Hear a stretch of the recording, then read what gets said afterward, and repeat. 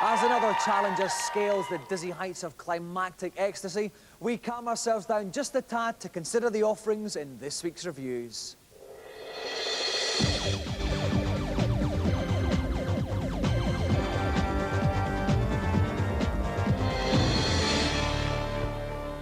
This week we get all cute and fluffy as we look at beat-em-ups. First up on the Lynx, Dirty Larry is a cop gone bad as he tries to give drug dealer Mr. White a firm corrective hand through 8 levels of punch-and-shoot mayhem. Dirty Larry is very similar to Final Fight. It's well presented, the graphics are gorgeous, and for a Lynx game this is certainly the best of its kind. Scrolling's really jerky, the animation's okay, and the sound's not exactly anything to write home about. Dirty Larry is crap of the worst order. Walk left, walk right, jump, punch, shoot. That's it.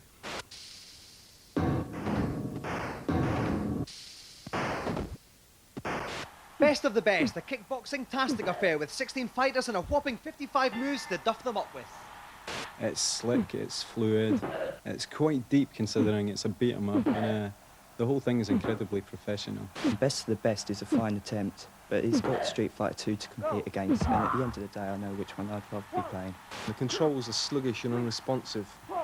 Best of the best, mediocre of the mediocre, more like.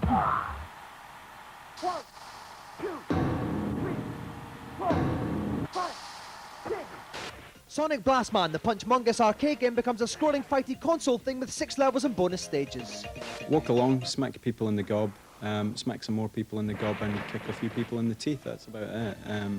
It's all done very nicely and with good humour. It's quite enjoyable and I'd recommend it to anyone who enjoys these scrolling beat-em-ups, but at the end of the day it's just not original enough.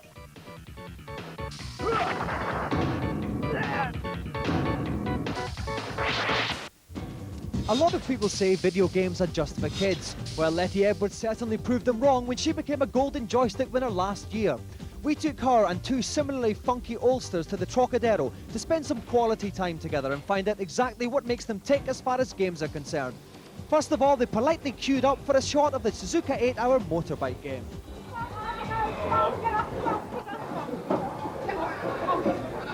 Well, I've got 2 Nintendos. I've got the first one that came out, and then they've got this 16-bit Nintendo, and I've also got the Sega Mega Drive. About 6 years ago, I bought the Amiga. Of course you can, Grandma. No, I can't do that. Of course you can, Grandma. Anyway, she put it down, and while she was out of the room, and decided I would have a go, and that was it. 2 hours and much burnt rubber later, the girls decided to have a try at virtual reality. They keep your mind alert when you're getting on a bit like me. I completed the Lemmings, the first Lemmings, in 6 weeks. We like Mario. We like the Mario Brothers because with the first one, Mario 1, my husband and I, we can both play. After a while, however, the true games-playing nature of our dashing dames began to emerge. It makes you relax.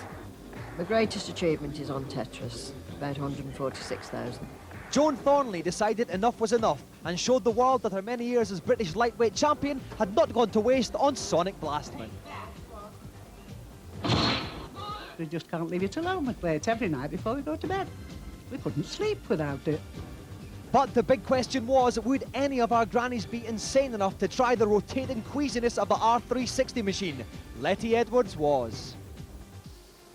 When I watch television, it just sends me to sleep, but on my computer, I can just play for hours and hours. I just enjoy playing it, and it's very, very relaxing. And the final verdict? Brilliant.